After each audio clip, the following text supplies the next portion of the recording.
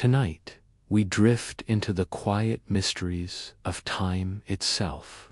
You don't need to follow every word, just let the story carry you, like autumn leaves on a gentle stream.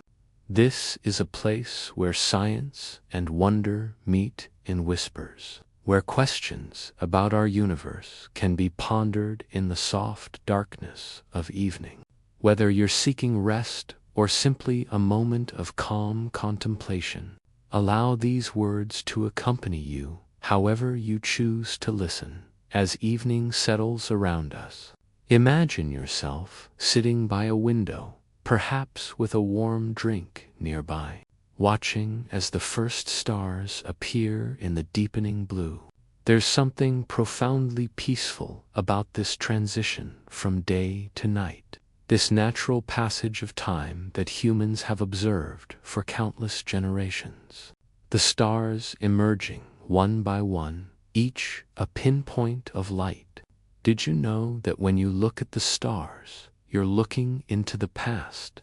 The light from even the closest star, Proxima Centauri, takes over 4 years to reach us. The bright star, Sirius, that might be visible from your window. Its light has been traveling for about 8.6 years. And many of the fainter stars you can see with your naked eye have been sending their light toward Earth for hundreds or even thousands of years. This simple act of stargazing connects you to a profound truth about our universe. We never truly see things as they are in the present moment. We see things as they were when the light left them. The starlight caressing your face tonight began its journey long ago, perhaps before you were born, certainly before this particular evening. In this quiet moment of observation, you're not just looking into space, but into time itself. The gentle ticking of a clock nearby measures out the seconds and minutes of your evening, a steady rhythm that we've grown so accustomed to that it becomes almost invisible, like the beating of our own hearts. Time flows around us constantly, carrying us forward, moment by moment. We feel it passing in the subtle changes, the cooling of tea in your cup, the gradual deepening of the night sky, the slow movement of shadows across the floor as the moon rises. These everyday experiences of time feel so natural, so intuitive. Time simply is, and we move through it, from past to present to future, like travelers on an endless river. But is that truly how time works? Is the past gone forever, existing only in our memories and in the traces it left behind? Or might the past still exist, somehow, somewhere? These questions have fascinated philosophers and scientists for centuries, and tonight we'll explore them together. Gently and without hurry, close your eyes for a moment, if you wish, and think back to a memory from your childhood. Perhaps it's the scent of rain on warm pavement, or the feeling of sand between your toes at a beach long ago. Maybe it's the sound of a particular voice, or the taste of a favorite food prepared by someone you love. These memories feel real, don't they? They exist within you as more than just information. They carry emotions, sensations, a feeling of having been present in that moment. When you recall these memories, part of you travels back, experiencing echoes of that past reality. For most of human history, people understood time through natural cycles, the rising and setting of the sun, the phases of the moon, the turning of seasons.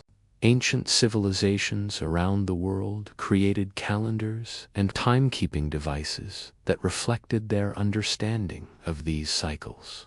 The Egyptians divided the day into hours using shadow clocks. The Mayans developed a remarkably accurate calendar based on astronomical observations.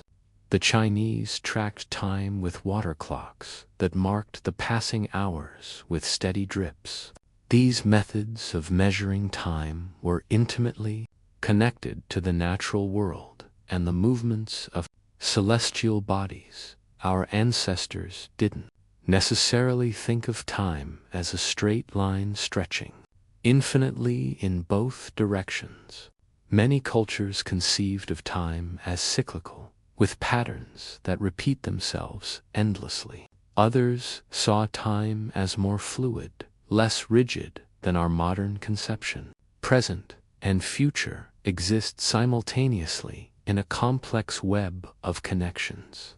In this understanding, the past isn't gone. It continues to exist alongside the present, influencing and shaping it as you breathe slowly and deeply, allowing your body to settle into comfort. Consider how different these ancient perspectives on time are from the mechanical, linear time that governs our modern lives. Our days are divided into precise hours, minutes, and seconds. We schedule our activities according to clocks and calendars. This precise measurement of time began to take shape during the scientific revolution, when natural philosophers sought to understand the universe through observation, experimentation, and mathematics. Isaac Newton, whose ideas we'll explore with gentle curiosity, viewed time as absolute, flowing uniformly throughout the universe, independent of any observer or physical phenomenon. In his landmark work, Principia Mathematica, published in 1687, Newton wrote of absolute, true, and mathematical time, which, of itself, and from its own nature, flows equably, without relation to anything external. In Newton's universe, time was like an invisible river, carrying everything forward at the same rate. The past flowed away behind us, irretrievable except in memory, while the future approached steadily ahead. This Newtonian conception of time became the foundation of classical physics and shaped Western thinking for centuries. It aligned with our intuitive experience. The past is gone. The present is what we experience now, and the future has yet to happen. But is this truly the nature of time? Or is it simply how time appears to us from our limited perspective? Let us drift now, like a leaf on a gentle stream, to the early life of a patent clerk who would revolutionize our understanding of time and space. Albert Einstein was born in Germany in 1879 to a family of secular Jewish merchants. As a child, he was fascinated by invisible forces. When he was 5 years old, his father showed him a compass, and young Albert was mesmerized by the way the needle moved, pulled by an unseen force. Later, he would recall this moment as one that made a deep and lasting impression on him. There was something hidden in nature, something beyond what could be directly observed. And Einstein wanted to understand it. Imagine Einstein as a teenager, walking through the streets of Munich, his mind filled with questions about light and time. What would happen, he wondered, if he could ride alongside a beam of light? What would light look like if you could travel at the same speed? These weren't just idle musings. They were the beginnings of thoughts that would transform physics. But that transformation wouldn't come immediately. After graduating from the Swiss Federal Polytechnic in Zurich, Einstein struggled to find an academic position and eventually took a job at the Swiss Patent Office in Bern. Picture him there, in a small apartment with his wife Mileva Merrick and their young son Hans Albert. During the day, he would examine patent applications, but in his spare time, his mind continued to explore the nature of light, space, and time. The year 1905 would later be called Einstein's miracle year, as he published 4 groundbreaking papers that would change physics forever. One of these papers introduced the special theory of relativity, which challenged Newton's conception of absolute time. Einstein realized something profound about time isn't absolute but relative. The rate at which time passes depends on the relative motion of the observer. Imagine 2 people, one standing still on Earth and another traveling in a spaceship at nearly the speed of light. For the person on Earth, the traveler's clock would appear to tick more slowly. For the traveler, their own clock would seem to run normally. But looking back at Earth, they would see Earth's time running more quickly. This effect, called time dilation, has been confirmed by precise experiments using atomic clocks on airplanes and satellites. Special relativity revealed that time and space are intimately connected, 2 aspects of a single entity that physicists now call spacetime. In this understanding, time is not a river flowing independently of space, but part of the very fabric of the universe. Einstein's former mathematics teacher, Hermann Minkowski, expressed this elegantly when he said, "Henceforth, space by itself and time by itself are doomed to fade away into mere shadows, and only a kind of union of the two will preserve an independent reality." As you listen to these words, perhaps while drifting toward sleep or simply resting in a comfortable place, consider how this understanding of spacetime might change our perception of the past.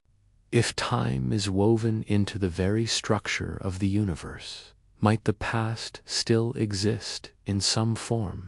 This question leads us to an intriguing concept known as the block universe theory.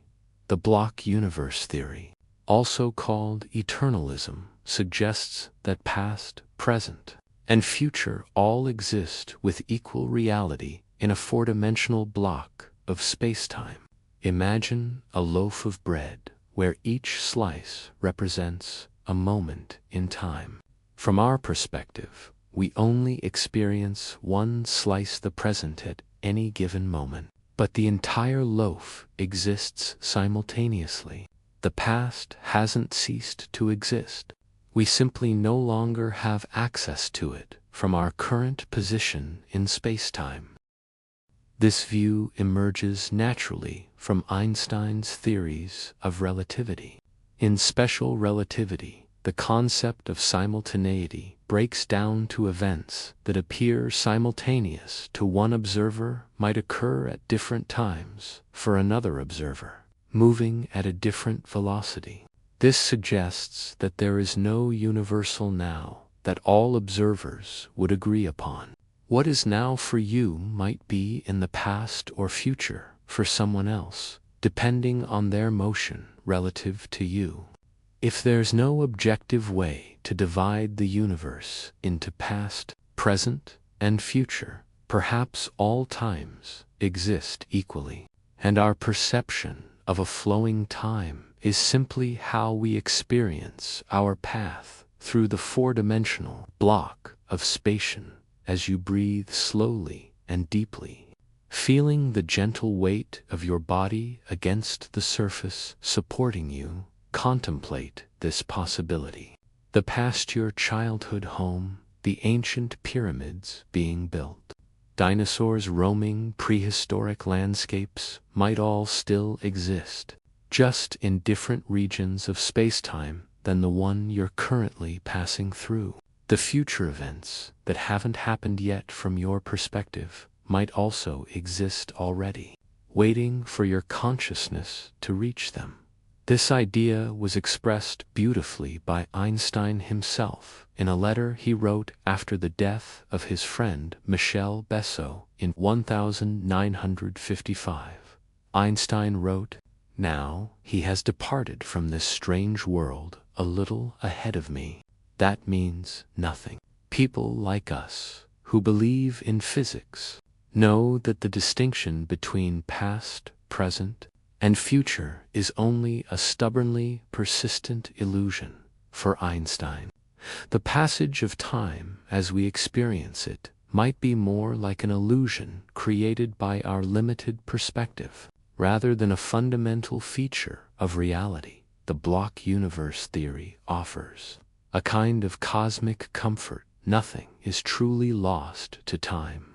Every moment, every experience, every person who has ever lived still exists in their proper region of spacetime.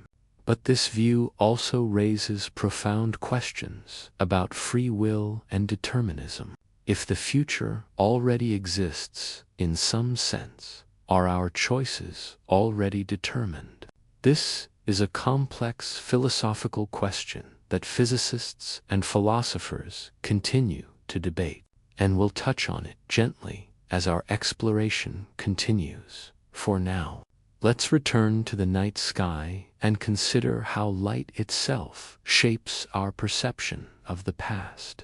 In Relativity, the concept of a light cone helps us understand what parts of spacetime can affect us or be affected by us. Imagine a cone extending into the past from your current position in spacetime. This past light cone contains all events that could possibly have influenced you, because light or other signals from those events had time to reach you. Similarly, a future light cone extends forward, containing all events that you could possibly influence. What's fascinating about this concept is that there are vast regions of spacetime that lie outside both your past and future light cones. These regions are causally disconnected from you. You cannot affect them, and they cannot affect you, because light hasn't had time to travel between you. This means that for any observer, the observable universe is only a fraction of what might exist. There are parts of our universe so distant that their light hasn't had time to reach us since the beginning of the universe, about 13.8 billion years ago. Yet some light from the distant past has reached us, allowing us to literally see into the early universe. The most ancient light we can detect is the cosmic microwave background radiation, the afterglow of the Big Bang itself. This faint radiation fills all of space and was emitted about 380,000 years after the beginning of the universe, when things had cooled enough for electrons and protons to form hydrogen atoms, allowing light to travel freely for the first time. When astronomers observe this cosmic microwave background, they are looking at the universe as it was in its infancy. The past isn't gonna, it's still traveling toward us in the form of light. The further we look into space, the further we look back in time. The light from distant galaxies shows us how they appeared millions or billions of years ago. In this sense, the past is preserved in the light that continues to journey through the cosmos, carrying images of what once was as you rest in this moment, perhaps feeling the gentle weight of a blanket or the soft support of a pillow. Consider that the starlight entering your room began its journey long ago. The universe preserves its own history in the light that fills it, creating a vast cosmic memory that we can access with our telescopes. But what about our personal memories? How does our brain preserve the past? The human brain is remarkably adept at storing and retrieving information about past experiences. When you remember something, specific patterns of neurons activate in your brain, reconstructing an approximation of the original experience. But memory isn't like a video recording that plays back exactly what happened. It's more like a reconstruction, assembled from fragments each time we recall it. Our memories can change slightly with each recollection, incorporating new information or emotional contexts. This reconstructive nature of memory gives us a clue about how we experience time. We don't simply remember the past, we actively recreate it in the present moment. The past, as we experience it through memory, isn't separate from the present. It's part of our current conscious experience.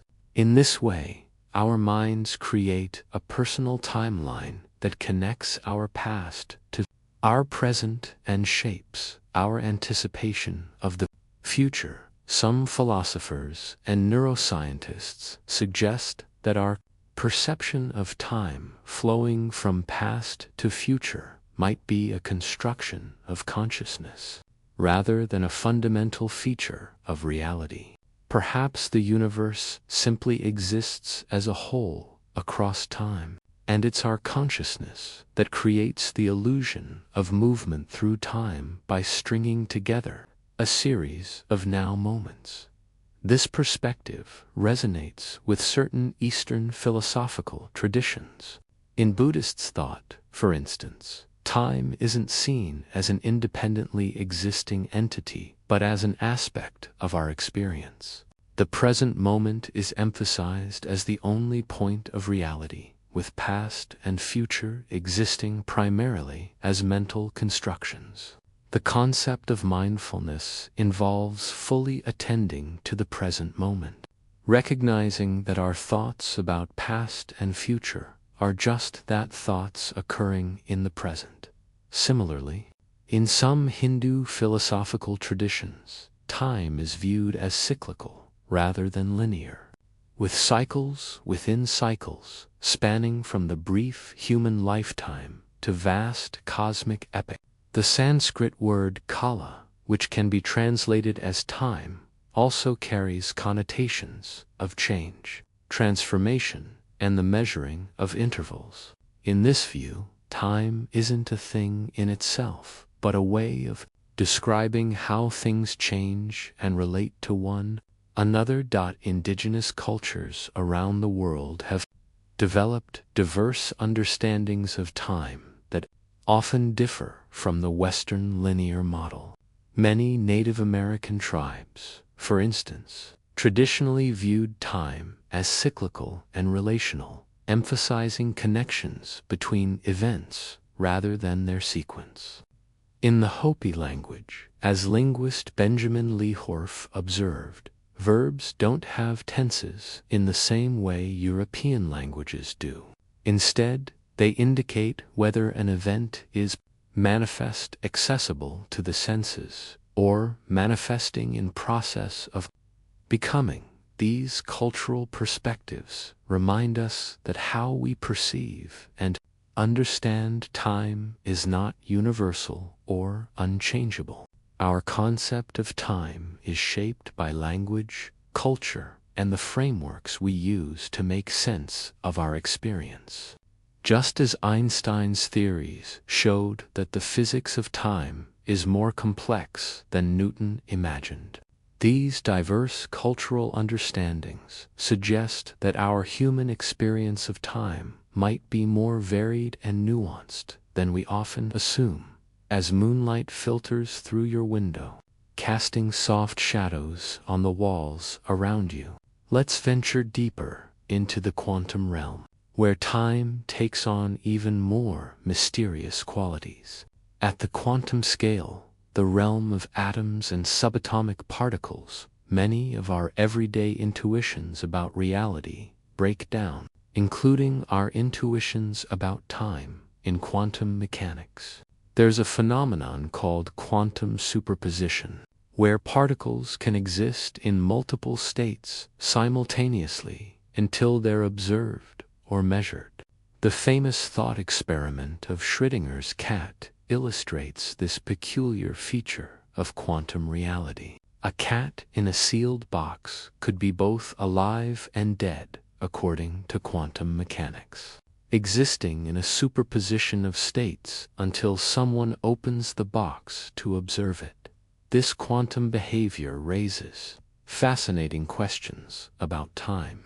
If a particle can exist in multiple states simultaneously, might it also exist at multiple points in time? Some interpretations of quantum mechanics suggest that quantum systems don't evolve smoothly through time the way classical systems do. Instead, they make discontinuous jumps between states, challenging our notion of time as a continuous flow. Even more intriguing is the phenomenon of quantum entanglement, where two particles become connected in such a way that the state of one instantly influences the state of the other, regardless of the distance between them. Einstein famously called this spooky action at a distance. When measurements are made on entangled particles, the results show correlations that are difficult to explain if we assume that time flows in a simple, linear fashion. It's as if the particles are communicating instantaneously across space and time, or perhaps existing in a realm where our conventional understanding of time doesn't apply. The delayed choice quantum eraser experiment takes these temporal puzzles even further. In this sophisticated experiment, the behavior of a particle seems to be influenced by measurements that will be made in the future. A photon decides whether to behave as a wave or a particle based on measurements that haven't yet occurred when the photon makes its choice. It's as if the future is reaching back to influence the past. Or perhaps past, present, and future are more intimately connected than we typically imagine. Physicist John Wheeler, who proposed thought experiments similar to the quantum eraser, suggested that the universe might be participatory, that observer participants help create not only the present but also the past through the questions they choose to ask about nature. In Wheeler's view, even the distant past of the universe might not be fixed and determined in the way we usually think. The past has no existence, he once wrote, except as it is recorded in the present. These quantum phenomena don't provide easy answers to our question about whether the past still exists. Rather, they suggest that at the most fundamental level, reality, including time, might be far stranger and more interconnected than our everyday experience suggests. Perhaps the past, present, and future aren't as separate as they seem in our macroscopic world.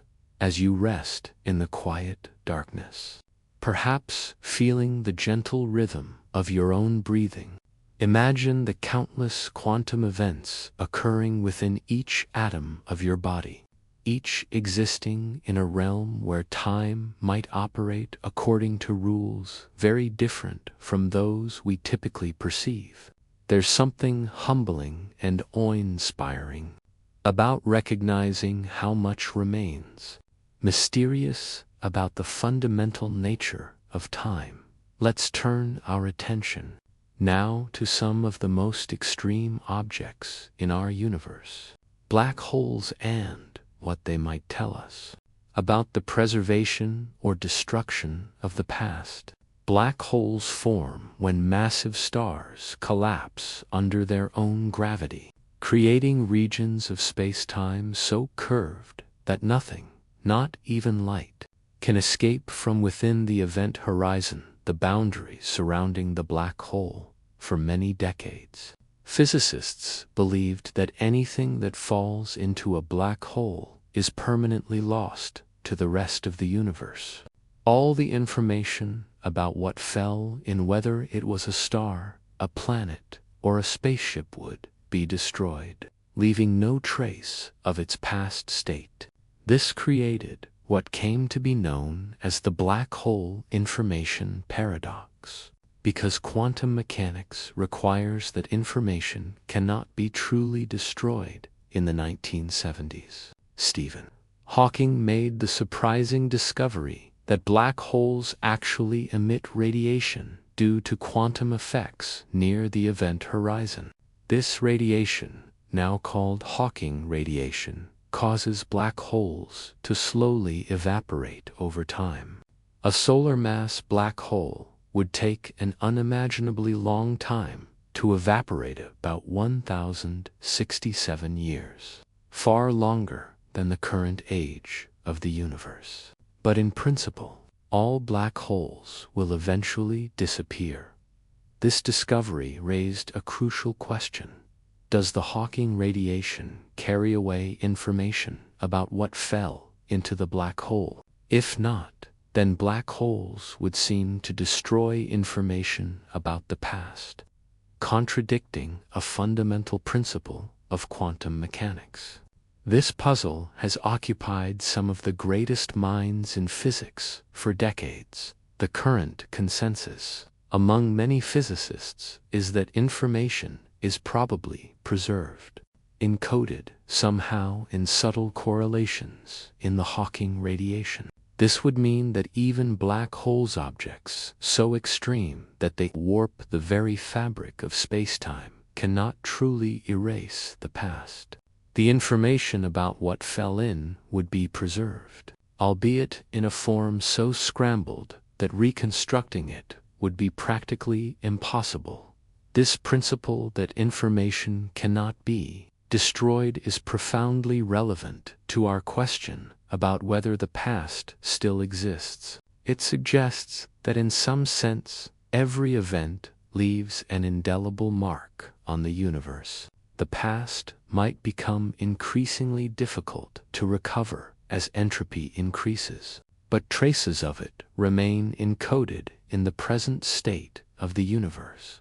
As you lie still in the gentle darkness, imagine the cosmic ballet of stars and black holes playing out across the vastness of space. Imagine the light from distant galaxies traveling toward us, carrying images of the past. Imagine the quantum fluctuations that permeate empty space, perhaps preserving traces of everything that has ever happened. In this cosmic perspective, the past takes on a different quality, not something that has ceased to exist, but something that has transformed and become woven into the fabric of the present. Now, let's explore an even more speculative possibility, that our universe might be just one among many in a vast multiverse. Various theories in cosmology and quantum physics suggest that our universe might be part of a much larger structure containing numerous other universes, each with potentially different physical laws and histories. In the inflation theory of cosmology, our universe began with an exponential expansion of space in the first fraction of a second after the Big Bang. Some versions of this theory suggest that this inflationary process continues eternally in some regions of space, creating new bubble universes with different properties. In these eternal inflation models, there would be infinitely many universes, some perhaps very similar to ours, and others radically different. If such a multiverse exists, it raises intriguing possibilities about the nature of time and the past. Perhaps every possible history is playing out somewhere in the multiverse. Perhaps there are universes where dinosaurs were never wiped out by an asteroid, where human history took different turns at crucial moments, where the laws of physics themselves differ in fundamental ways. The many worlds interpretation of quantum mechanics, proposed by Hugh Everett III in 1957, suggests something similar. According to this interpretation, Every time a quantum event could have different outcomes. The universe splits into multiple branches, each representing a different outcome. If this interpretation is correct, then all possible pasts exist in parallel branches of reality. Imagine a vast tree of possibilities, with each branch representing a different version of history. In some branches, events unfolded much as they did in our remembered past. In others, small or large differences led to entirely different worlds. If all these branches exist with equal reality, then not only might the past still exist in our branch, but all possible pasts might exist across the multiverse. This multiverse perspective offers another kind of comfort in the face of time's passage. Perhaps nothing is truly lost, not just because the past remains encoded in our universe, but because all possibilities exist somewhere in the vast tapestry of the multiverse. Every road not taken, every possibility not realized in our timeline, might be playing out in another branch of reality as you rest in the quiet of the night, perhaps feeling your thoughts becoming more diffuse and dreamlike. Consider how these ideas about multiverses and many worlds challenge our conventional understanding of reality.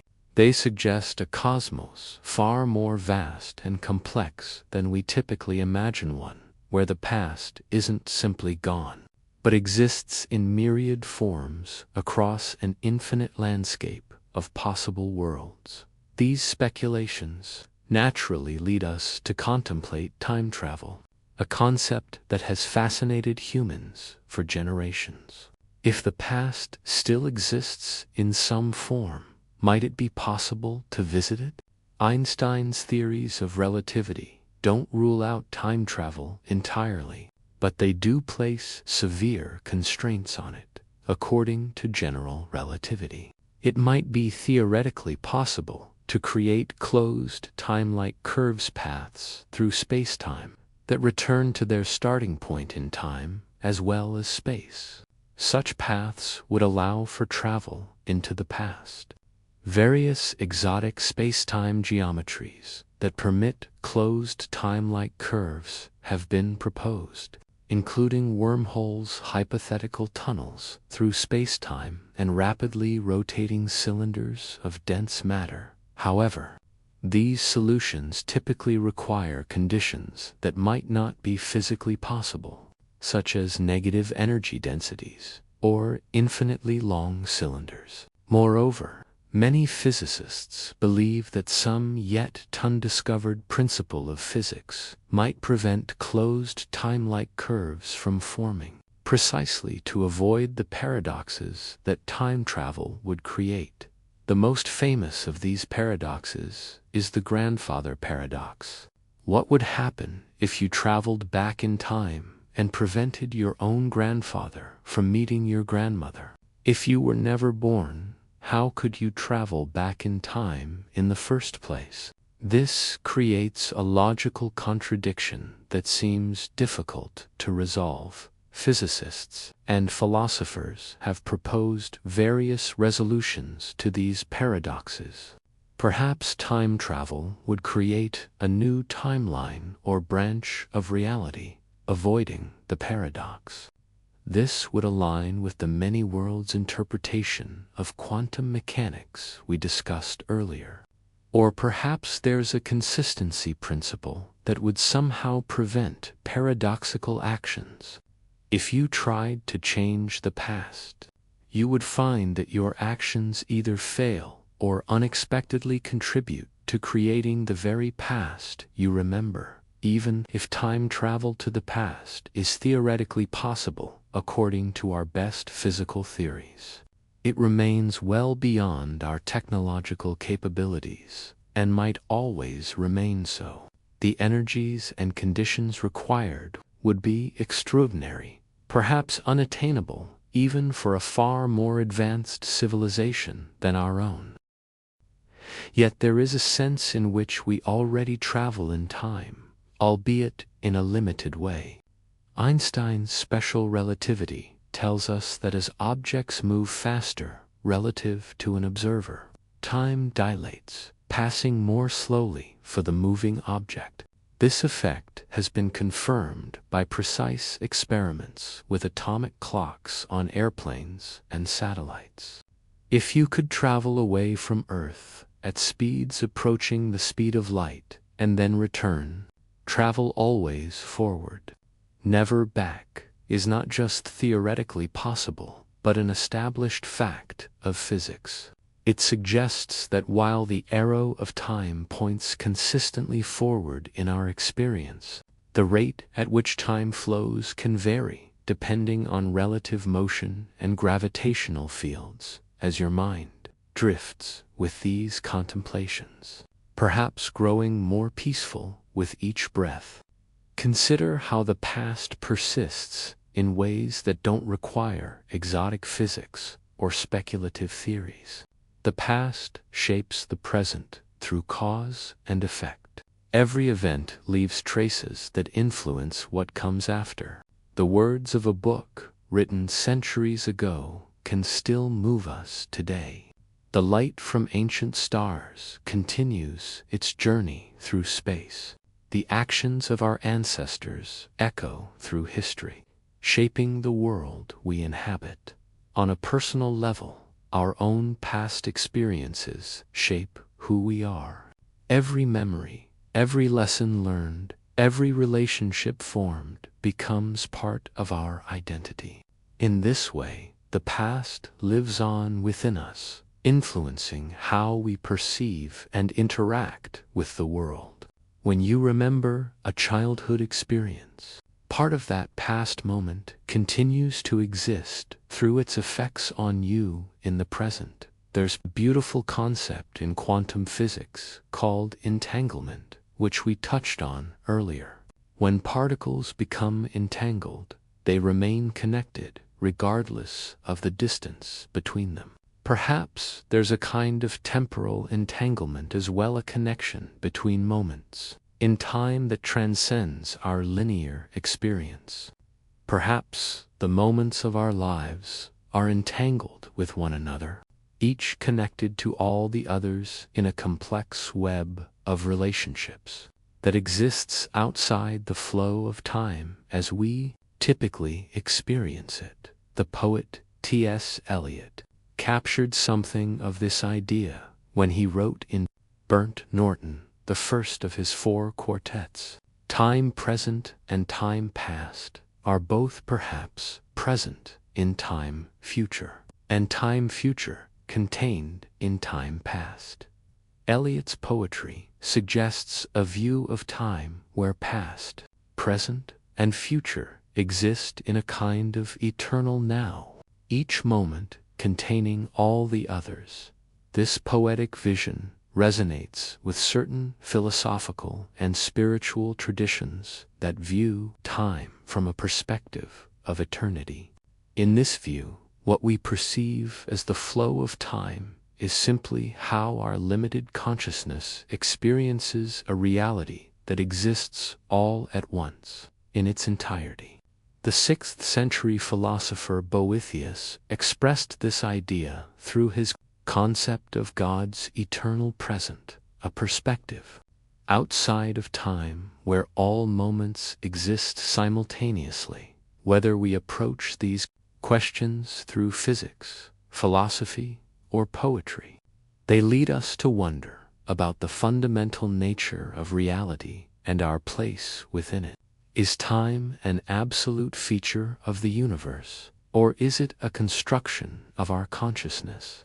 Is the past truly gone, or does it exist in some form beyond our immediate access?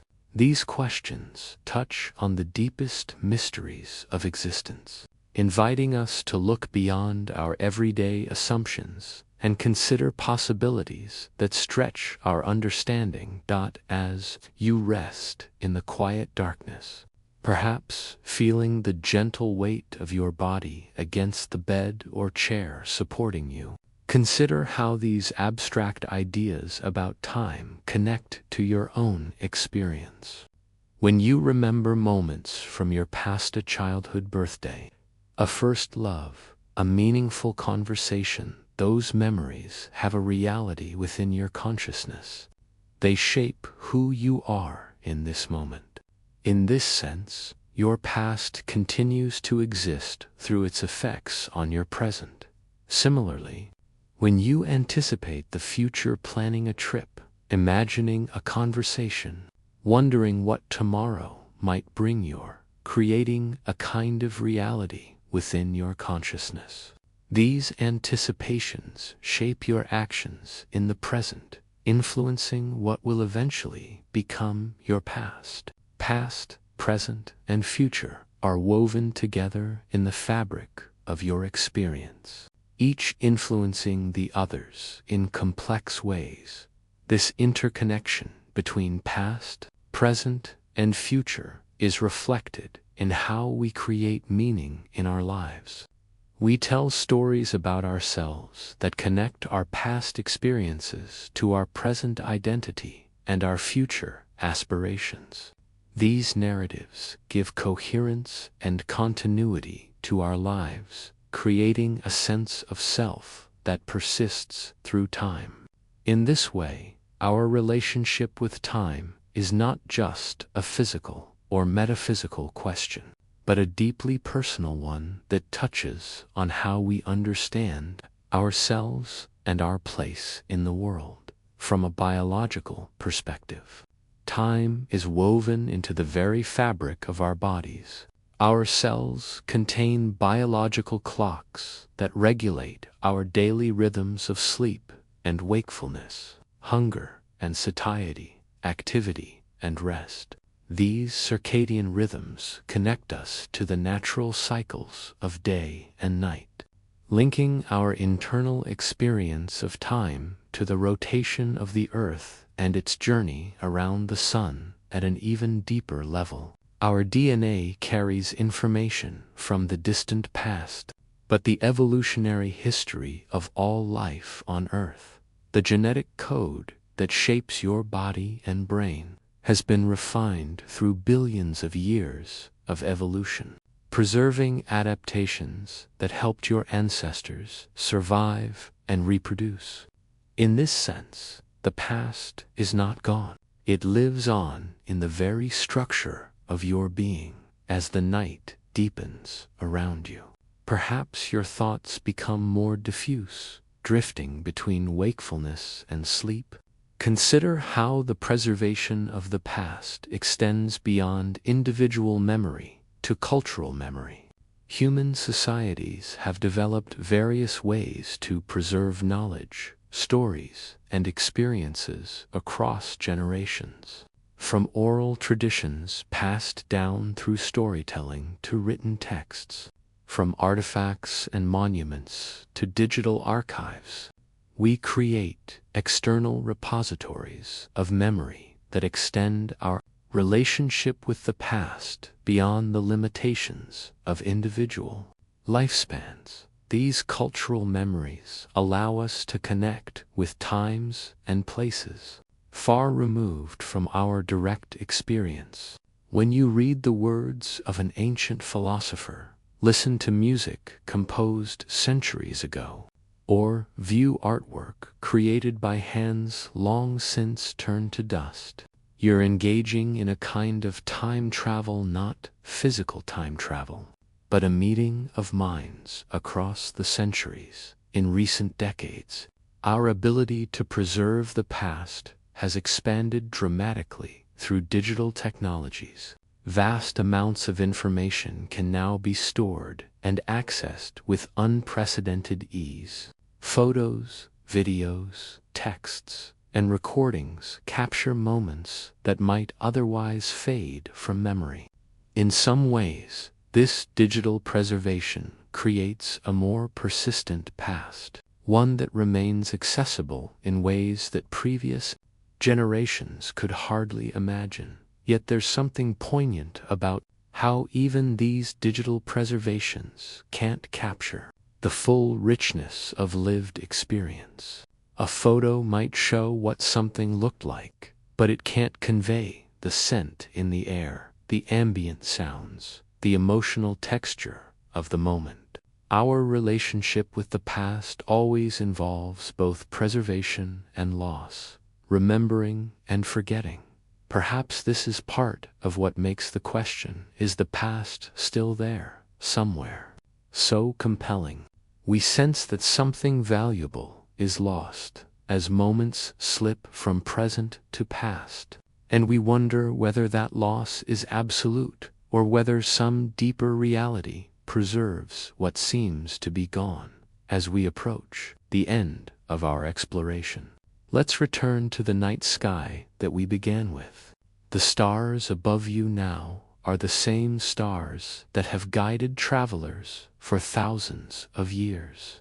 The same stars that inspired ancient myths and modern science alike.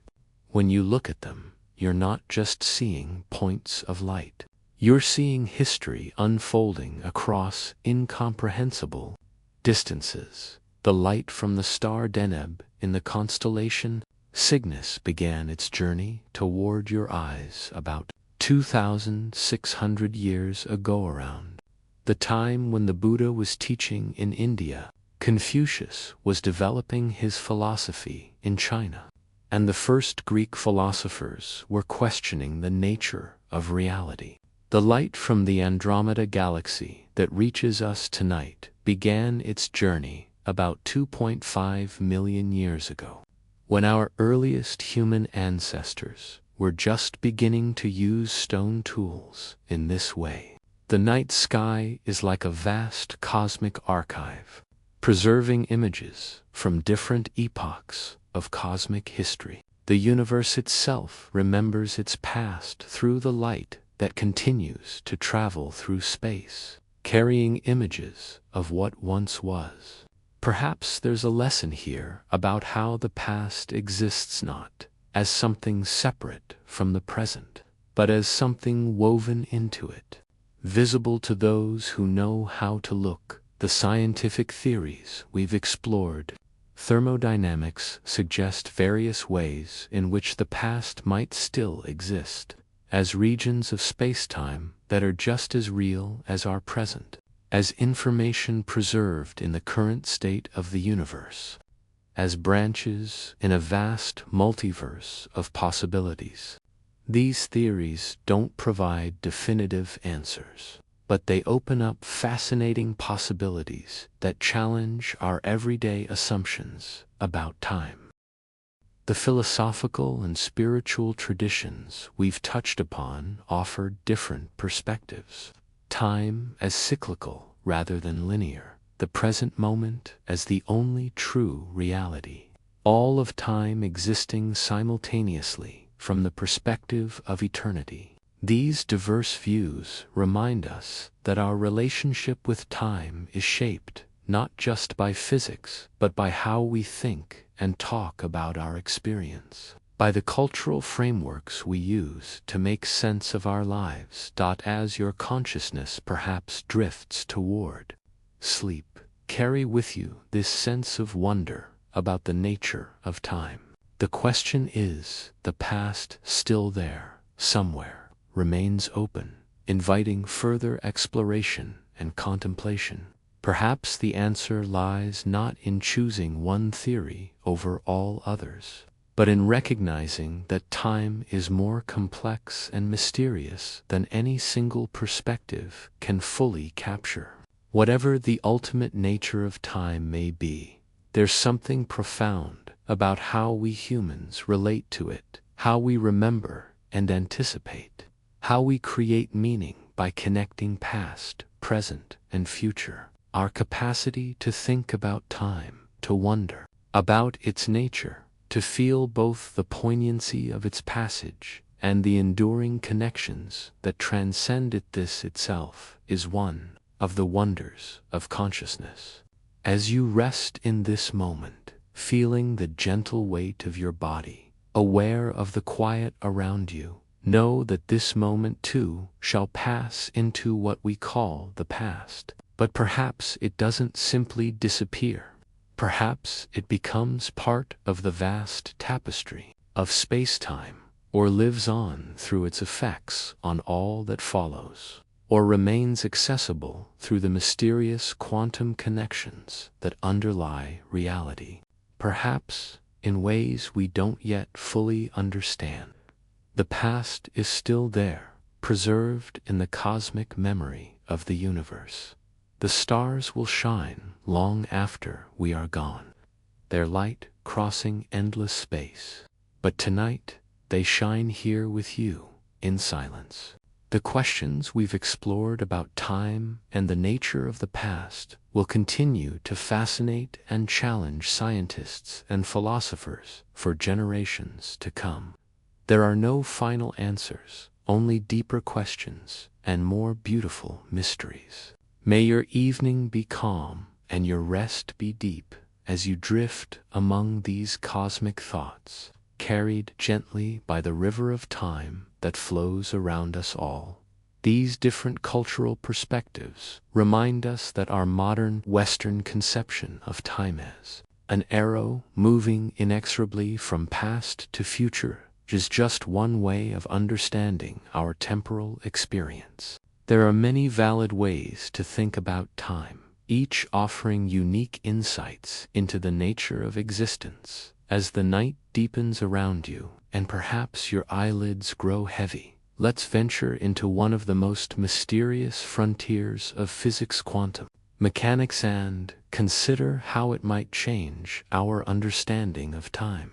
Quantum physics, which describes the behavior of matter and energy at the smallest scales, presents a picture of reality that challenges our everyday intuitions, including our intuitions about time. In the realm of quantum mechanics, particles can exist in multiple states simultaneously, a phenomenon called superposition. They can also be entangled, sharing a connection that transcends space and time in ways that Einstein himself found troubling, calling it spooky action at a distance. These quantum phenomena suggest that reality at its most fundamental level doesn't behave according to our classical intuitions. Imagine, if you will, a single electron. In our everyday world, we might think of it as a tiny particle in a specific location with a specific motion. But in the quantum realm, this electron exists as a cloud of probabilities, occupying many possible positions at once until observed. This strange behavior isn't just a theoretical curiosity. It's been verified through countless experiments, including the famous double-slit experiment where particles seem to travel through to openings simultaneously, creating an interference pattern as if they were waves rather than discrete objects. This quantum uncertainty extends to time as well. The energy-time uncertainty principle, a cousin to Heisenberg's more famous position-momentum uncertainty principle, suggests that there's a fundamental limit to how precisely we can measure both the energy of a system and the time at which it has that energy. The more precisely we pin down one, the more uncertain the other becomes. It's as if time itself becomes fuzzy at the quantum level, refusing to be pinned down with perfect precision. Some interpretations of quantum mechanics, like the many worlds interpretation proposed by Hugh Everett III, suggest that all possible outcomes of quantum measurements occur, each in a different branch of the universe. In this view, reality is constantly splitting into countless parallel universes, each representing a different possible outcome. If this interpretation is correct, then not only might the past still exist, but all possible pasts might exist in parallel branches of reality. Imagine a moment in your childhood when you stood at a crossroads, literally or figuratively, and made a choice that shaped the course of your life. According to the many worlds interpretation, there exists another branch of reality where you made a different choice, leading to a different life unfolding. Both versions of Eutha, one who turned left and the one who turned right, continue to exist in separate branches of the universal wave function. Your past hasn't disappeared. It has multiplied into every possible version. Another fascinating aspect of quantum physics is the delayed choice quantum eraser experiment. In this experiment, the behavior of particles seems to be influenced by measurements that will be made in the future, suggesting a kind of backward causation where future events affect the past. While physicists debate the interpretation of these experiments, they raise profound questions about the nature of time and causality at the quantum level. Picture a photon, a particle of light traveling through space. In the delayed choice experiment, this photon must decide whether to behave as a particle or a wave before it reaches a detector. Strangely, this decision appears to be influenced by measurements that haven't yet occurred when the photon makes its choice. It's as if the future measurement reaches backward in time to influence the photon's behavior in the past. This experiment was first proposed as a thought experiment by physicist John Wheeler in the 1970s and has since been realized in laboratories around the world. Wheeler himself suggested that these results point to a participatory universe, where the act of observation doesn't just reveal reality, but plays a role in creating it not just in the present, but retroactively into the past. What's particularly intriguing about the laws of physics at the fundamental level is that most of them exhibit what's called time reversal symmetry. This means that the basic equations work equally well whether time runs forward or backward. If you were to watch a video of two billiard balls colliding and then separating, and the video was played in reverse, both scenarios would be physically plausible according to the laws of mechanics. The same is true for most of the fundamental equations of physics. Newton's laws of motion, Maxwell's equations of electromagnetism, and even the Schrödinger equation of quantum mechanics all remain valid if we reverse the direction of time. From the perspective of these fundamental laws, there's nothing that inherently distinguishes the past from the future. So why do we experience time as flowing in one direction from past to future? Why does a dropped glass shatter on the floor, but we never see shattered pieces spontaneously reassemble into a whole glass? This one-way flow of events is called the arrow of time, and it's primarily explained by the concept of entropy, a measure of disorder or randomness in a system. The second law of thermodynamics states that the total entropy of an isolated system always increases over time. A whole glass has lower entropy than a shattered one. There are many more ways for the pieces to be arranged in a broken state than in the single arrangement that makes a whole glass. This increasing entropy gives time its direction, creating what physicists call the thermodynamic arrow of time as you breathe quietly in the darkness. Perhaps feeling the subtle rhythm of your heartbeat, consider the countless processes occurring within your body right now: cells dividing, molecules interacting, neural signals firing. Each of these processes involves an increase in entropy, a transformation of energy from more ordered to less ordered states. Your very existence as a living being depends on this one-way flow of energy and time. The physicist Ludwig Boltzmann, who did groundbreaking work on statistical mechanics and entropy in the late 19th century, formulated a mathematical expression for entropy that connects it to the number of possible microscopic states a system can occupy. This statistical view of entropy helps explain why we experience time as flowing in one direction. States of higher entropy are simply more probable than states of lower entropy. Imagine shaking a box of puzzle pieces. It's much more likely that the pieces will be in a disordered jumble than that they'll spontaneously arrange themselves into a completed puzzle. Not because it's physically impossible for the pieces to fall into the completed arrangement, just astronomically improbable. Similarly, it's not physically impossible for a shattered glass to reassemble itself, just so improbable that we would never expect to observe it in the lifetime of the universe. But if the fundamental laws of physics work the same, forward and backward, it suggests that the direction of time might not be an intrinsic property of the universe, but rather a consequence of initial conditions and probability.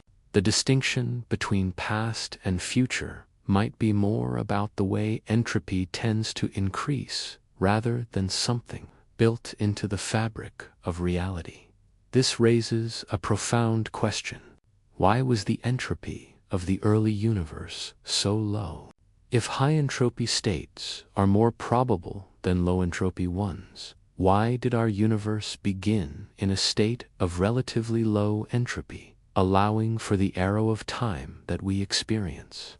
Physicist Roger Penrose has suggested that this thermodynamic arrow of time presents one of the greatest unsolved mysteries in physics. As you rest in the quiet darkness, perhaps feeling the gentle rhythm of your own breathing, consider how these ideas about time challenge our everyday experiences. We feel time passing, remember the past but not the future, and observe processes that seem to have a definite direction. Yet the deeper we look into the fundamental nature of reality, the more these intuitions are called into question. Our experience of time passing might be less about an objective flow and more about how our consciousness stitches together moments to create the illusion of continuity. The neuroscientist David Eagleman has conducted fascinating research on time perception, showing how our brains construct our experience of time rather than simply recording it passively. In dangerous situations, for instance, time seems to slow down not because physical time actually changes, but because our brains process and encode more memories. During heightened states of awareness, this subjective experience of time reminds us that what we call time might be as much a construction of consciousness as an objective feature of reality. The past and future, as we experience them, are, in some sense, always present in our minds, the past as memory, the future as anticipation. Both exist as neural patterns in our brains right now. In this moment, let's drift now to one of the most mysterious objects in our universe, black holes, and consider what they might tell us about the preservation of the past. Black holes form when matter collapses under its own gravity to a point of infinite density called a singularity. The gravity near a black hole is so intense that nothing, not even light, can escape once it crosses the event horizon, the boundaries surrounding the black hole. Imagine approaching a black hole, not physically, which would be fatal, but in your mind's eye. As you draw closer, you'd notice something strange happening to time. From the perspective of a distant observer watching your journey, you would appear to slow down as you approached the event horizon. your movements, and even the light reflected from your body becoming increasingly redshifted and dim. You would appear to freeze at the event horizon, never quite crossing it from the outside perspective, but from your own perspective as the traveler. You would cross the event horizon without noticing anything special at that boundary.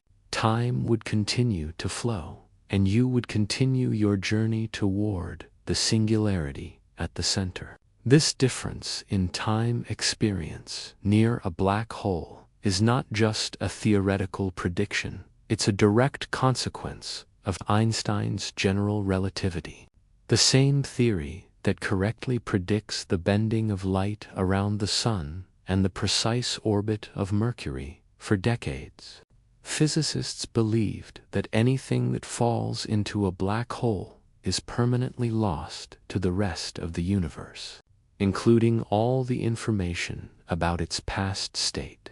This created what came to be known as the black hole information paradox, because quantum mechanics requires that information cannot be destroyed. If a quantum system evolves from one state to another, there should always be a way, in principle, to determine the initial state from the final state. The equations are reversible. But if information falls into a black hole and disappears forever, this principle would be violated. In the 1970s, Stephen Hawking made the surprising discovery that black holes actually emit radiation due to quantum effects near the event horizon. This radiation, now called Hawking radiation, causes black holes to slowly evaporate over time. A stellar mass black hole would take an unimaginably long time to evaporate, about 1,067 years, far longer than the current age of the universe. But in principle, all black holes will eventually disappear. Hawking's discovery changed our understanding of black holes from eternal, unchanging objects to dynamic systems that evolve over time. But it also deepened the information paradox. If black holes eventually evaporate completely, what happens to all the information that fell into them? Hawking initially believed that the information was truly lost, that black holes represented an exception to the principle of information conservation in quantum mechanics. This view created a profound conflict between general relativity and quantum mechanics, two of our most successful physical theories. The debate over the black hole information paradox has engaged some of the greatest minds in physics for decades, including Hawking himself, who eventually changed his position. But does the Hawking radiation carry information about what fell into the black hole? The answer to this question has profound implications for whether the past can truly be erased from the universe. After years of debate, many physicists now believe that information is preserved, encoded somehow in the complex patterns of Hawking radiation or in subtle quantum correlations. If this is true, then even black holes, the most extreme objects in our universe, cannot truly erase the past. The information about what fell in is preserved, albeit in a scrambled form that would be practically impossible to reconstruct. One proposed solution to the information paradox involves holography, the idea that all the information about the interior of a black hole is encoded on its two-dimensional event horizon, much as a hologram stores three-dimensional information on a two-dimensional surface. This concept has led to the development of the holographic principle, which suggests that our entire three-dimensional universe might be encoded on a two-dimensional boundary. Another approach involves quantum entanglement between the interior and exterior of the black hole. Physicist Juan Maldacena and others have suggested that the information that appears to be lost when something falls into a black hole is preserved through quantum entanglement with the Hawking radiation that is emitted. This would mean that the information isn't truly lost, just transformed and redistributed in a way that makes it extremely difficult to recover. This principle that information cannot be destroyed is a cornerstone of modern physics. It suggests that in some sense, the past leaves an indelible mark on the universe. Every event that occurs changes the state of the universe in ways that can never be completely undone. The past might be inaccessible to us in practice, but traces of it remain encoded in the present state of the universe, as moonlight filters through your window, casting gentle shadows on the walls around you. Consider how this principle of information conservation might apply beyond physics to our own lives and memories. Each experience you've had, each thought and feeling, has changed you in ways that can never be completely erased. Even memories that seem forgotten might leave subtle traces in the neural patterns of your brain, in the connections between neurons that were strengthened or weakened by your experiences. This perspective offers a kind of comfort in the face of time's passage. Nothing is ever truly lost, at least not completely. Even as moments pass and memories fade, they leave their mark on who we are, on the fabric of our being. The universe remembers, even when we forget, as the night grows deeper around you, and perhaps sleep begins to beckon. Let's consider one more fascinating possibility, that our universe might be just one of many in a vast multiverse. Various theories in cosmology and quantum physics suggest that our universe might be part of a much larger structure containing numerous other universes, each with potentially different physical laws and histories. The concept of a multiverse has emerged from several different theoretical frameworks in modern physics. In inflation theory, developed by physicists Alan Guth and Andre Linde in the early 1980s, our universe began with an exponential expansion of space in the first fraction of a second. After the Big Bang, this period of rapid inflation smoothed out irregularities in the early universe and explains many of its observed features. But some versions of inflation theory suggest that this process continues eternally in some regions of space, creating new bubble universes with different properties. In these eternal inflation models, there would be infinitely many universes, some perhaps very similar to ours, and others radically different. Each bubble universe would have its own beginning, its own expansion, its own history unfolding according to the physical laws and constants that emerged during its formation. If you will, a cosmic landscape of bubbles, each containing an entire universe with its own space and time. Our universe would be just one bubble in this vast foam, perhaps typical in some ways and unusual in others. This picture emerges naturally from certain approaches to string theory, which suggests that there could be up to different possible configurations of physical laws and constants. A number so vast dwarfs the number of atoms in the observable universe. Another approach to the multiverse comes from quantum mechanics itself. As we discussed earlier, the many worlds interpretation suggests that reality branches each time a quantum event could have different outcomes. If this interpretation is correct, then there would be inconceivably many parallel universes, each representing a slightly different history. Some of these universes would be nearly identical to ours, differing perhaps in just the position of a single electron, while others would be radically different if such a multiverse exists. It raises intriguing possibilities about the nature of time and the past. Perhaps every possible history is playing out somewhere in the multiverse.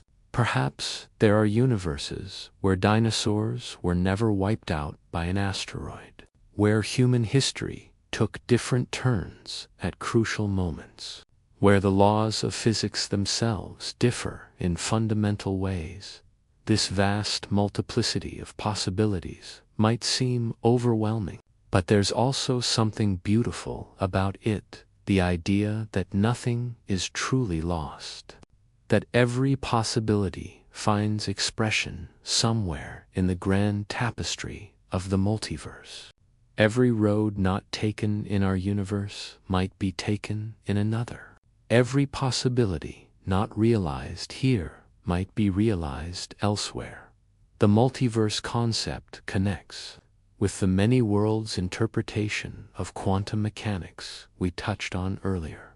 Together, they suggest a reality far more vast and complex than we typically imagine, one where not only might the past still exist in our universe, but where all possible pasts might exist across the multiverse.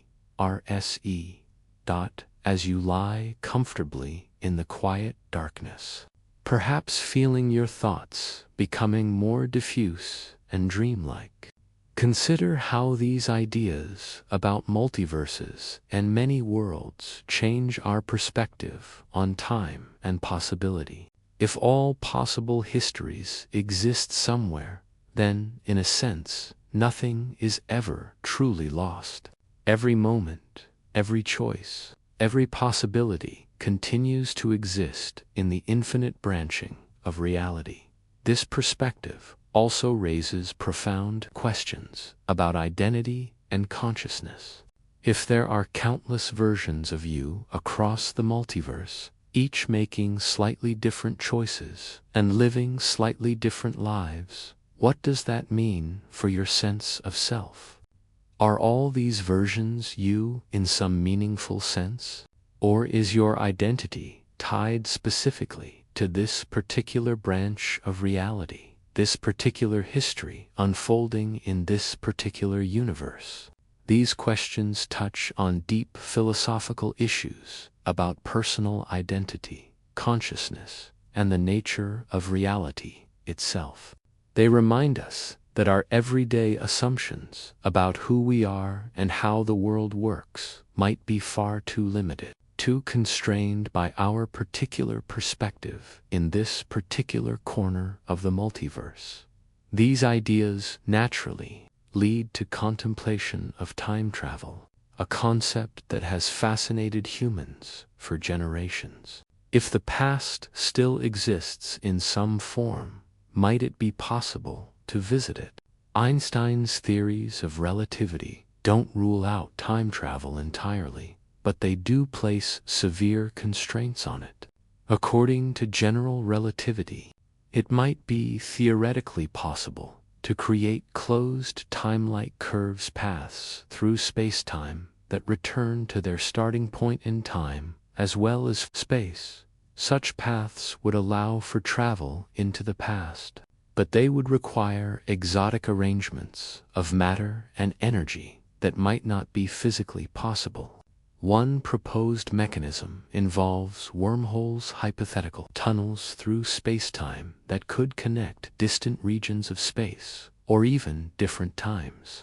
Physicist Kip Thorne has explored the theoretical possibility of using wormholes for time travel, though he cautions that actually constructing such a device would be far beyond our current technological capabilities. Another approach involves massive rotating cylinders or cosmic strings, hypothetical, one-dimensional defects in spacetime. that might have formed during the early universe. These exotic objects could, in theory, create the conditions for closed time-like curves, allowing for journeys into the past. But even if the physics allows for such possibilities, time travel raises profound paradoxes. The famous grandfather paradox asks, what would happen if you traveled back in time and prevented your own grandfather from meeting your grandmother? If you were never born, how could you travel back in time in the first place? This creates a logical contradiction that seems difficult to resolve. Physicists and philosophers have proposed various resolutions to these paradoxes. Perhaps time travel would create a new timeline or branch of reality, avoiding the paradox. This would align with the many worlds interpretation of quantum mechanics we discussed earlier. Your journey into the past would create a new branch of reality, one where your grandfather doesn't meet your grandmother and you aren't born, but this wouldn't affect the original timeline from which you came. Or perhaps there's a consistency principle that would somehow prevent paradoxical actions. If you tried to change the past, you would find that your actions either fail or unexpectedly contribute to creating the very past you remember. This is sometimes called the Navikov self-consistency principle, named after the physicist Igor Navikov, who proposed it.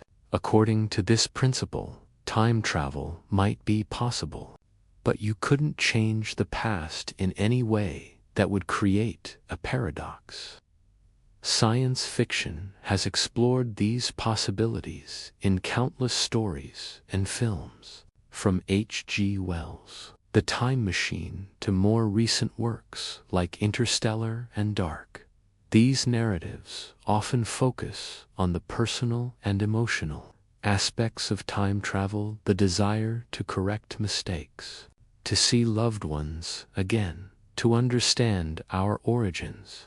They reflect our deep human longing to transcend the one-way flow of time that shapes our lives. Even if time travel to the past is theoretically possible according to our best physical theories, it remains well beyond our technological capabilities and might always remain so. The energies and conditions required would be extraordinary, perhaps unattainable, even for a far more advanced civilization than our own. Yet there is a sense in which we already travel in time, albeit in a limited way. Einstein's special relativity tells us that as objects move faster relative to an observer, time dilates, passing more slowly for the moving object. This effect has been confirmed by precise experiments with atomic clocks on airplanes and satellites. If you could travel away from Earth at speeds approaching the speed of light and then return, you would find that less time had passed for you than for those who remained on Earth. You would have effectively traveled into Earth's future. This form of time travel always forward, never back is not just theoretically possible, but an established fact of physics.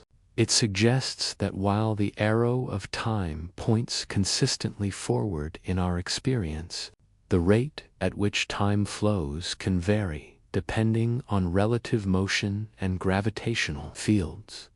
Gravity also affects the flow of time. Another prediction of Einstein's general relativity that has been experimentally confirmed: time passes more slowly in stronger gravitational fields. Clocks at sea level tick slightly slower than clocks at high altitudes, where gravity is slightly weaker. This effect is small on Earth, amounting to a difference of about 20 microseconds per year between sea level and Mount Everest, but it becomes more pronounced Near more massive objects like neutron stars and black holes, these variations in the flow of time remind us that time isn't an absolute, unchanging background against which events unfold, but a dynamic aspect of the fabric of reality itself, intimately connected with space, matter, and energy. As your mind drifts with these contemplations, perhaps growing more peaceful with each breath, consider how the past persists in ways that don't require exotic physics. The past shapes the present through cause and effect. Every event leaves traces that influence what comes after. The words of a book written centuries ago can still move us today. The light from ancient stars continues its journey through space. The actions of our ancestors echo through history, shaping the world we inhabit on a biological level.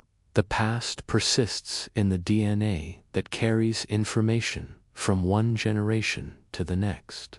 The genes in your cells are the product of billions of years of evolution, carrying information that has been preserved and refined through countless generations. In this sense, the past isn't gone, it lives on in the very structure of your being. On a geological level, the past is preserved in the layers of rock that form the Earth's crust. Geologists can read these layers like pages in a book, deciphering the history of our planet from the evidence preserved in stone. The fossils embedded in these rocks tell the story of life's evolution over hundreds of millions of years. These traces of the past are not metaphorical, but literal physical imprints of organisms that lived long ago, preserved in the earth beneath our feet. The past is preserved in the light traveling through space. When astronomers study distant galaxies, they're seeing these galaxies not as they are now, but as they were when the light began its journey millions or billions of years ago. The universe itself is a vast archive of its own history, with information from different epochs traveling toward us at the speed of light. On a personal level, our own past experiences shape who we are. Every memory, every lesson learned, every relationship formed becomes part of our identity. In this way, the past lives on within us, influencing how we perceive and interact with the world. When you remember a childhood experience, part of that past moment continues to exist through its effects on you in the present. Our brains are constantly rebuilding and maintaining these connections to the past. The neuroscientist Eric Kandel, who won the Nobel Prize for his work on memory, has shown how memories are encoded in the changing strengths of connections between neurons. When you form a memory, certain proteins are produced that strengthen these connections. When you recall a memory, a similar but not identical pattern of neural activity is recreated. In this way, the past isn't stored like a video recording but actively reconstructed each time we remember. This reconstructive nature of memory means that our memories aren't perfect records of the past, shaped by our current perspective. Each time we recall a memory, we slightly modify it, incorporating new information and emotions. The memory might feel unchanged to us, but it's been subtly altered by the very act of remembering.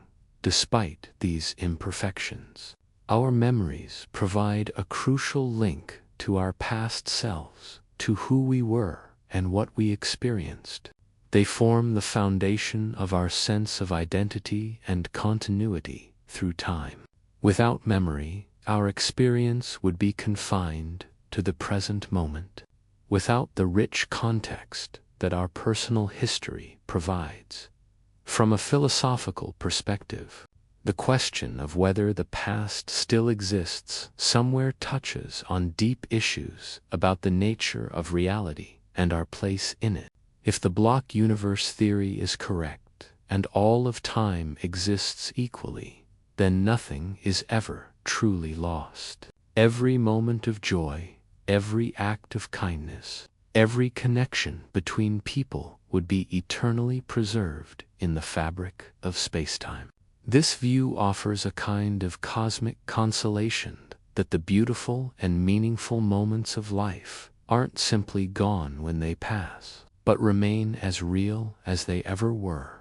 Embedded in the space-time continuum, the philosopher Friedrich Nietzsche explored a related idea in his concept of eternal recurrence, the hypothetical scenario in which all events in the universe repeat endlessly in the same sequence. Nietzsche posed this as an ethical thought experiment. How would you live if you knew that every moment of your life would recur infinitely? Would you embrace each moment, knowing it would return again and again? Or would you be crushed by the weight of eternal repetition? This thought experiment invites us to consider how we value our experiences in relation to time. If a moment of beauty or joy is fleeting, does that diminish its value? Or might the transience of experience be part of what makes it precious? Different philosophical traditions have offered different answers to these questions. On the other hand, if time truly flows, and the present is fundamentally different from the past and future, then perhaps there's a special significance to the present moment. Many spiritual traditions emphasize the importance of being fully present, of experiencing each moment deeply before it passes. There's a poignancy to the transience of experience that can make each moment more precious precisely because it won't last forever. In the Buddhist tradition, this awareness of impermanence, anicca, is considered one of the three marks of existence, along with suffering dukkha and non-self anatta. Rather than seeing impermanence as something to be lamented, Buddhism encourages a deep acceptance of change as an inherent aspect of reality. By fully embracing the transient nature of all phenomena, one can find a profound peace that transcends the desire for permanence. The Zen tradition, in particular, emphasizes the importance of being fully present in each moment. The concept of beginner's mind shoshin encourages approaching each experience with freshness and openness, as if encountering it for the first time. This practice can lead to a profound appreciation of the ordinary moments that might otherwise pass unnoticed. In the Western philosophical tradition, thinkers like Henry Bergson distinguished between clock time and lived time, Dury, the mechanical measurement of moments versus the subjective flow of experience as we live it. For Bergson, true reality is found in this lived time, which cannot be divided into discrete units, but flows continuously, with each moment containing traces of the past and anticipations of the future. Whether the past still exists in some physical sense, or lives on only through its effects and our memories. Our relationship with time shapes how we understand ourselves and our place in the universe. The question, is the past still there, somewhere, isn't just about physics, it's about meaning, memory, and how we make sense of our temporal existence. As you rest in the gentle darkness, perhaps feeling the soft weight of your blanket or the subtle support of your pillow, consider how these different perspectives on time might inform your own experience. How might your relationship with the past change if you viewed it not as something irretrievably gone, but as an integral part of a four-dimensional reality. How might your experience of the present moment shift if you approached it with the awareness that it contains traces of all that has come before? These aren't questions with simple answers, but invitations to contemplation, gentle explorations of the mystery of time that can accompany you as you drift toward sleep or rest in quiet awareness. As we near the end of our journey through these ideas, let's return to the simple experience of looking at the night sky. The stars you see are messengers from the past, their light carrying ancient images across the void of space. The atoms in your body were forged in the hearts of stars that lived and died long before our solar system formed. The air you breathe has cycled through countless living beings over the history of our planet. In these ways, and many others, the past isn't separate from you, it's part of you, woven into the very fabric of your being. The carbon atoms in your body were created through nuclear fusion in the cores of massive stars that exploded as supernova billions of years ago. The iron in your blood was forged in similar stellar furnaces. Even the heavier elements, like gold and uranium, were created in the violent collisions of neutron stars, or in the extreme conditions of supernova explosions. You are, quite literally, made of stardust atoms that have existed since long before our solar system formed. Atoms that will continue to exist long after our bodies have returned to the Earth. This cosmic recycling of matter connects us to the deep past and the far future. The atoms that make up your body have existed for billions of years and will continue to exist for billions more, taking different forms, becoming part of different structures. There's a kind of immortality in this cycle of matter, not of consciousness or identity, but of the fundamental substances that constitute our physical being. Similarly, the air you breathe connects you to all the living beings that have come before.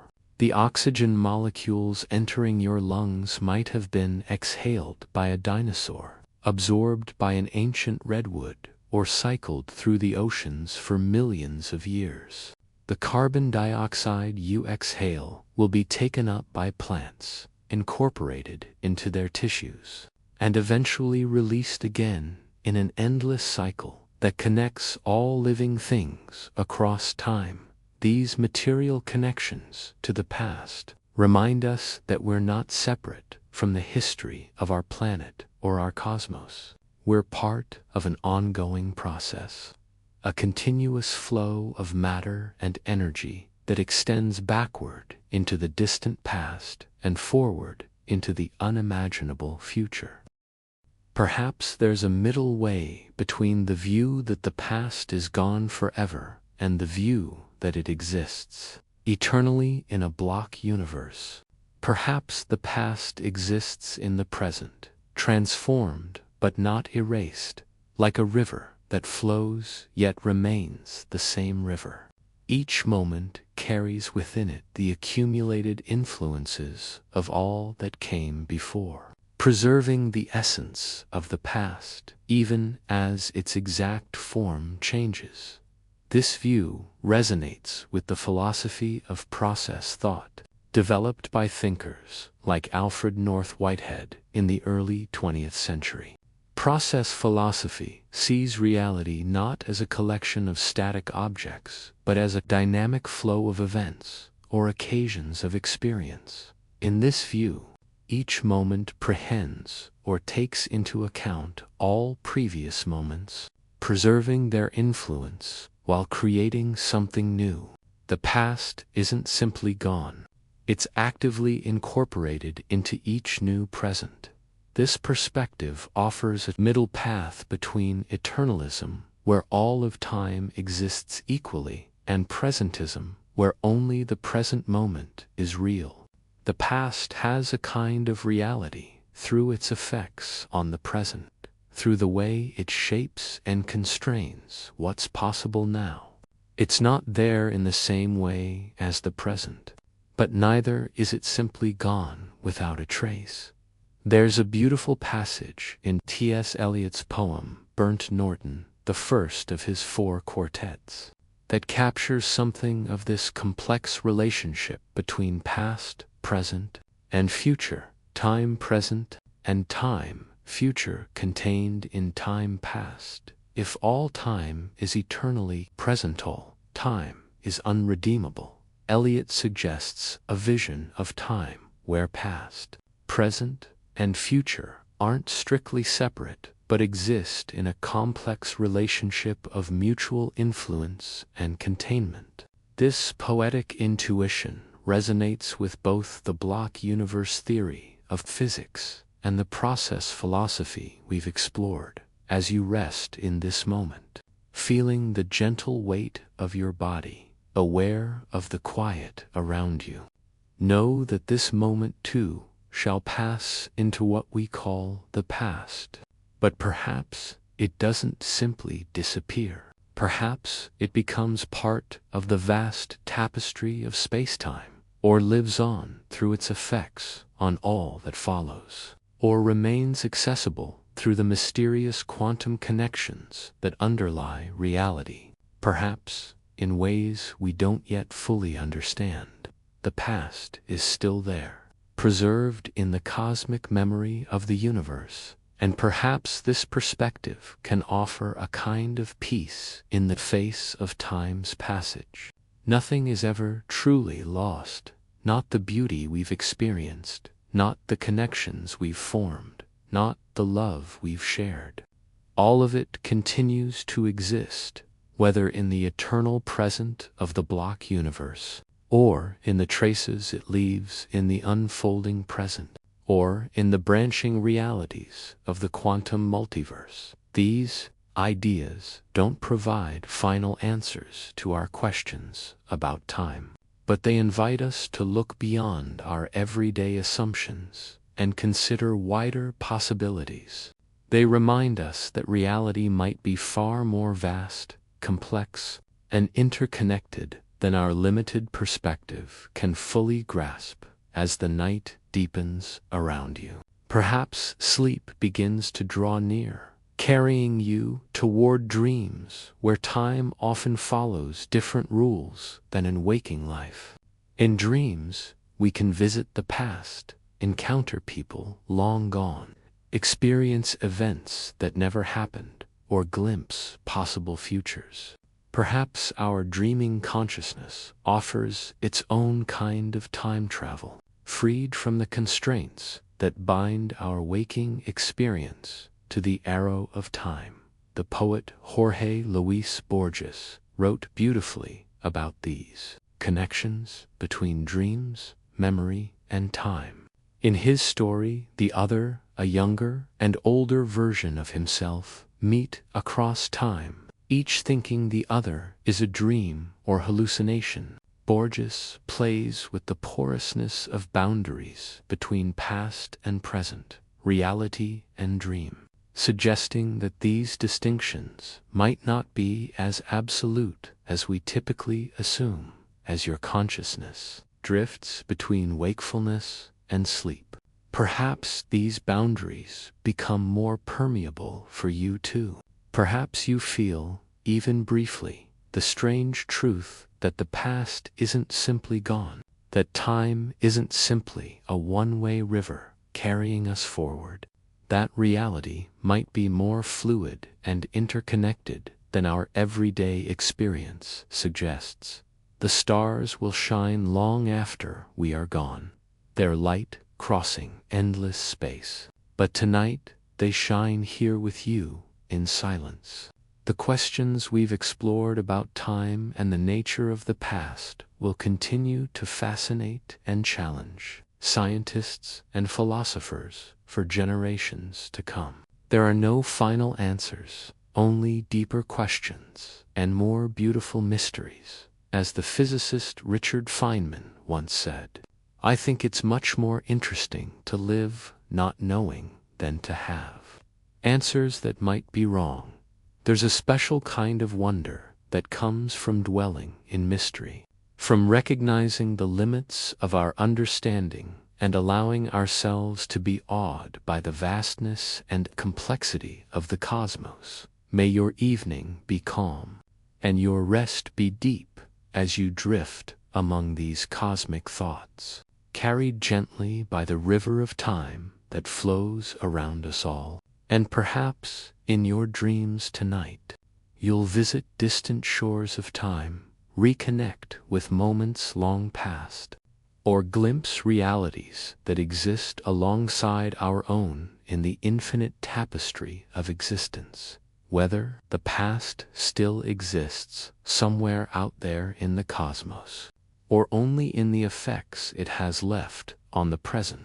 One thing is certain: the moment we've shared exploring these ideas together has now become part of our respective pasts, a shared experience that has changed us both in subtle ways.